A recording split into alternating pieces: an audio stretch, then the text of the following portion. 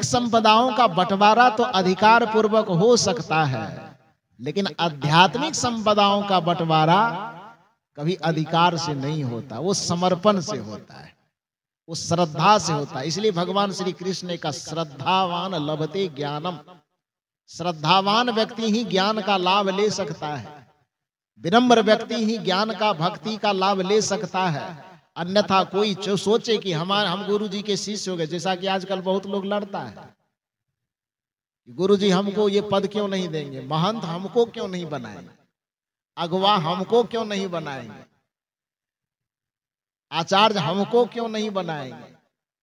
तो ये आचार्य की कुर्सी तो भले लड़ करके मिल जाएगा, लेकिन आचार्य का जो गुण होना चाहिए वह गुण लड़ करके नहीं लिया जा सकता है। वह गुरु से जब भी लिया जाएगा तो श्रद्धा और विनम्रता के बल पर ही उसे हासिल किया जा सकता है, ऐसे नहीं लिया जा सकता।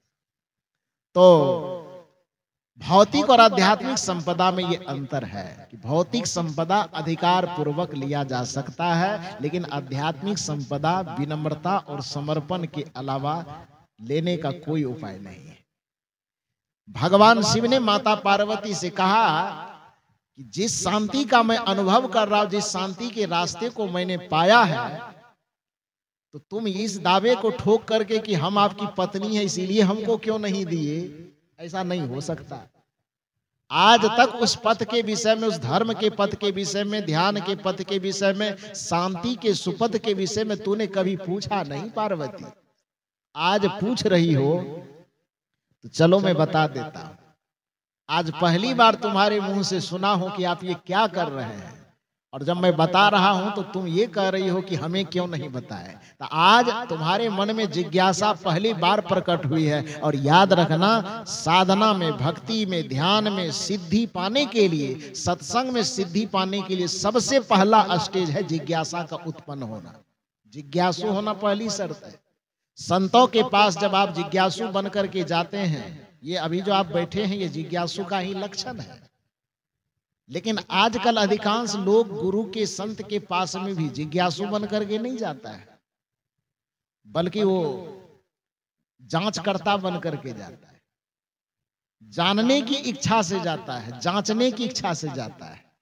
जानने की इच्छा से कम जाता है, जांचने की इच्छा से जाता है कि सुनते हैं बड़ी दूर से महात्मा आ रहे हैं, थोड़ा जाऊं थाह ले लूं कितना है, क्या जानता है क्या नहीं जानता है, कितना पढ़ा लिखा है कि नहीं पढ़ा लिखा है। सत्संग की बातें करता है लेकिन पता नहीं रामायण की बात जानता है कि नहीं, गीता की बात जानता है कि नहीं, वेद पुराण शास्त्र की बात जानता है कि नहीं।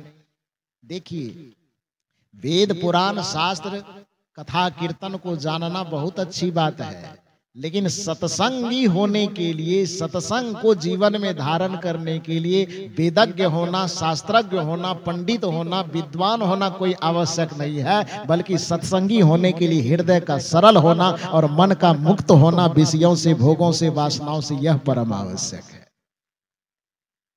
हृदय यदि सरल है, मन यदि सरल है, वाणी यदि सरल है, विचार, व्यवहार, स्वभाव और संस्कार यदि सरलता की मिठास से घुला मिला हुआ है, तो आप वेद पढ़े हैं कि नहीं पढ़े हैं वो कोई ज्यादा मायने नहीं रखता है। रामायण और गीता की बातों को आप ज्यादा जानते हैं कि नहीं जानते, ये कोई मायने नहीं रखता है। क्योंकि सत्संगी होने के लिए रामायण का पाठक होना आवश्यक नहीं है, सत्संगी होने के लिए अपने मन और चित्त का पाठक होना परम आवश्यक है। रामायण के कितने पन्नों को हम दिन प्रतिदिन, बीजक के कितने पन्नों को हम सुबह और शाम पाठ करके पढ़ते हैं, सत्संगी होने में ये मददगार नहीं होगा, बल्कि सत्संगी होने में ये मददगार होगा कि सुबह और शाम बैठ करके अपने मन और चित्त के कितने पन्ने को पलटते हैं और कितने पन्ने को आप पढ़ पाते हैं। ये सत्संगी होने के लिए ज्यादा आवश्यक है। ये अपने हृदय के पन्ने को आप पढ़ पाइए, अपने चित्त के पन्ने को आप पढ़ पाइए, अपने मन के पन्नों को पढ़िए और उस मन के पन्नों में पढ़ते पढ़ते यह तलाश कीजिए कि इसमें कितने चीज रखने योग्य है और कितने चीज छोड़ने योग्य है। किन किन आदतों को रखा जा सकता है, किन किन आदतों को छोड़ा जा सकता है, किन किन विचारों को रखा जा सकता है, किन किन विचारों को छोड़ा जा सकता है। और जो रखने लायक मन के ग्रंथ को पढ़ने के बाद, चित्त के ग्रंथ को पढ़ने के बाद जो विचार, जो व्यवहार, जो कार्य, जो संस्कार रखने के लायक हो उसे सहज करके रख लेना, और जो छोड़ने लायक हो बिना निर्मोहता के उसको छोड़ देना, उसी को सत्संगी कहा जाता है, उसी को धार्मिक कहा जाता है। सच्चे अर्थ में रामायण, गीता, वेद को पढ़ने वाला ज्ञानी नहीं है, सच्चे अर्थ में अपने मन और चित्त को विशुद्धता पूर्वक पढ़ना ये ज्ञानी का लक्षण है। चित्त को पढ़िए, अपने मन को पढ़िए। तो भगवान शिव ने कहा कि पहली बार तो आज तक पूछे नहीं, आज पहली बार पूछे हो। ये जिज्ञासु की पहली भूमिका में आ गई। और याद रखना कि सिद्धि की सबसे पहली सीढ़ी जिज्ञासा है। जानने की इच्छा को जिज्ञासा कहते हैं। क्योंकि दर्शन कहता है कि श्रोतव्य श्रुति वाक्येभ्यः मंतव्य उपपत्तभि मत्वा तो सततं ध्येयं एते दर्शन हेतवः। किसी दर्शन में सिद्धि प्राप्त करने के लिए सबसे पहला काम यह करना चाहिए कि श्रोतव्य, किसी गुरुजन के शरण में बैठकर, संत के शरण में बैठकर धर्म, भक्ति, ज्ञान के संबंध में सुनने की जिज्ञासा हमारे अंदर हो। ये साधना में, भक्ति में सिद्धि का पहला लक्षण है। श्रोतव्य, श्रोतव्य मतलब सुनिए। संत के, अनुभवी महापुरुष के शरण में बैठ करके ज्ञान, ध्यान, साधना, सत्संग के संबंध में, भक्ति, वैराग्य के संबंध में कुछ सुनिए। श्रोतव्य श्रुति वाक्येभ्यः, श्रुति के सदग्रंथों के वाणी को गुरुजनों के मुख से, गुरुजनों के आदर्श से सुनना शुरू कीजिए। सुनने के बाद क्या कीजिए? श्रोतव्य श्रुति वाक्येभ्यः मंतव्यः, सुने हुए बातों पर मनन कीजिए। ऐसा नहीं कि पंडाल में 2 घंटा बैठ करके सुन लिए, जब तक सुने कान में गूंज रही है बात, पंडाल से निकले तो फिर दुनियादारी की बात दिमाग में नचा रहे हैं, तो फिर उतना फायदा नहीं करेगा। जो बात आप यहां से सुन करके जा रहे हैं, पंडाल से निकलने के बाद भी वो आपके माइंड में रिपीट होना चाहिए, घूमना चाहिए कि क्या कहा गया। बार बार उस पर मनन होना, चिंतन होना चाहिए। और मनन चिंतन जब होगा तब वह आपके शरीर में जाकर के, मन में जाकर के भींगेगा। जैसे आप भोजन करते हैं तो भोजन कर लिए, अब पेट में जाकर के उसका पाचन नहीं हुआ तो क्या वह अन्न आपके शरीर में लगेगा? नहीं लगेगा। जो अन्न आपने खाया है वह अन्न आपके शरीर में जाकर के तभी लाभ पहुंचाएगा जिस अन्न को आप अपने कंठ से पेट में डाले हैं। और पेट में डालने के बाद जब उसका पाचन हो रहा है तो पचने के बाद वह रस, रक्त बन करके फिर आपके शरीर के नस नस में भींगेगा। उसी तरह से जो वाणी, जो विचार बाहर से आपके मस्तिष्क में जाता है और जब वह चिंतन और मनन से गुजरता है तो चिंतन और मनन ही उस विचार का पाचन है। जैसे अन्न लीवर में जाकर के पचता है, उसी तरह से जो वाणी आप संतों से सुन रहे हैं, गुरुजनों से सुन रहे हैं, जब वह चिंतन में निरंतर भ्रमण करता है तो चिंतन ही आपके सुने हुए वाणियों को, गुरुजनों से लिए हुए वाणियों को वह पचा रहा होता है। इसलिए चिंतन करना आवश्यक। ऐसा नहीं कि 1.5 घंटा 1 घंटा किसी तरह से गुजार लिए पंडाल में और पंडाल से बाहर आए तो पंडाल में ही बात को छोड़ दिए, जितना सुने थे वही, और उसके बाद फिर दुनियादारी की बात दिमाग में नाचने लगी। वही बेटा, वही बेटी, वही पति, वही पत्नी, वही नाती, वही पोता, उस सब बात दिमाग में नाच रहा है तो फिर सत्संग सुनने का जो लाभ मिलना चाहिए वो लाभ नहीं मिलेगा। इसलिए कहा गया श्रोतव्य श्रुति वाक्येभ्यः, गुरुजनों की वाणी को सुनना ये पहला लक्षण। मंतव्य, मनन करना, उसका दूसरा पैराग्राफ है। उपपत्तभि, मनन करने के बाद उसका विश्लेषण करना, छानबीन करना, उचित और अनुचित का निराकरण करना, निर्णय करना, यह सिद्धि का तीसरा लक्षण है।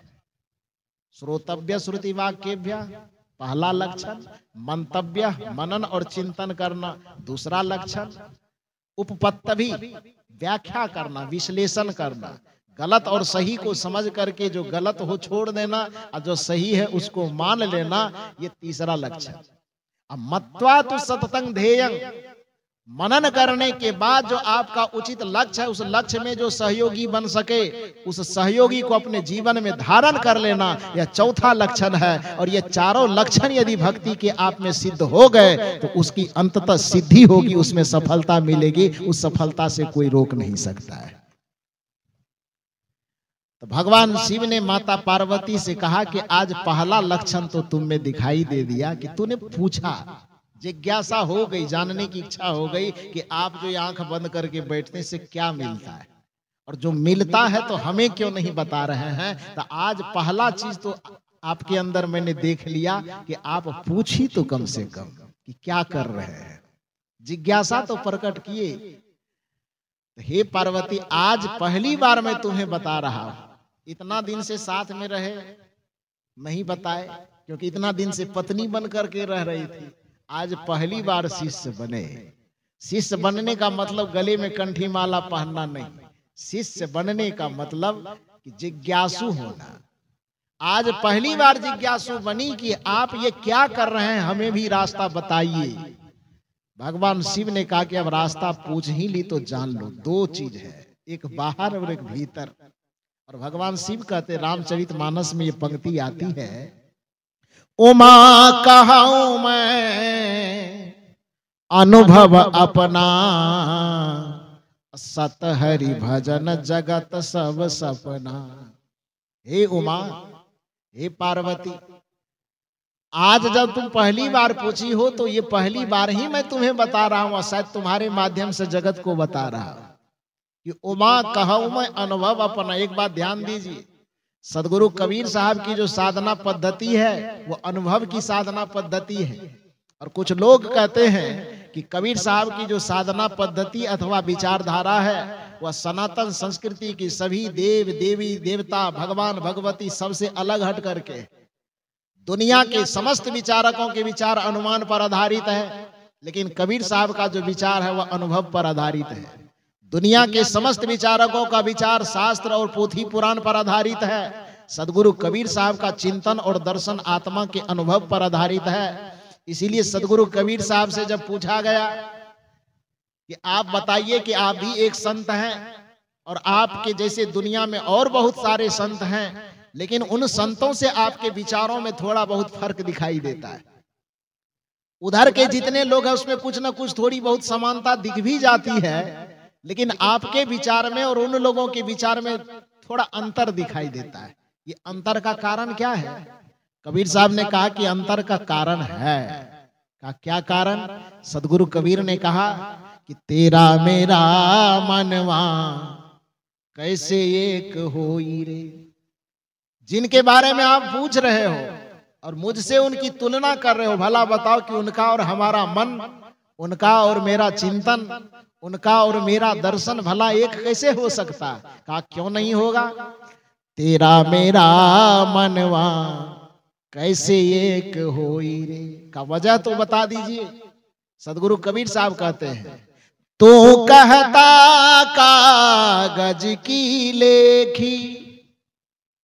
जब भी कोई समस्या आती है, जब भी धर्म की बात आती है, भक्ति की बात आती है, हमेशा वेद शास्त्र पुराण की लिखी हुई बातों की तरफ आदमी को पहुंचाया जाता है, रिफरेंस वहीं से दिया जाता है। भगवान होता है, भगवान ये होता है, भगवान ऐसे होता है, और पूछा जाए कि कैसे पता चला तो वेद में देखिए ना, वहीं लिखा हुआ है। कबीर साहब कहते नहीं नहीं, मैं वहां नहीं दिखाऊंगा। मैं जिस बात को कहूंगा उसका प्रमाण देने के लिए मैं वेदों के पास, शास्त्रों के पास आदमी को नहीं भेजूंगा। मेरा प्रमाण जो होगा वो अनुभव का प्रमाण होगा। मेरा प्रमाण जो होगा वह प्रत्यक्ष प्रमाण होगा। मेरा प्रमाण जो होगा वह अपरोक्ष प्रमाण होगा। तत्काल वर्तमान में झलकने वाला, अनुभव होने वाला वो प्रमाण होगा। दूसरे का प्रमाण अनुमान पर आधारित होगा और मेरा प्रमाण अनुभव पर आधारित होगा। यही एक अंतर है।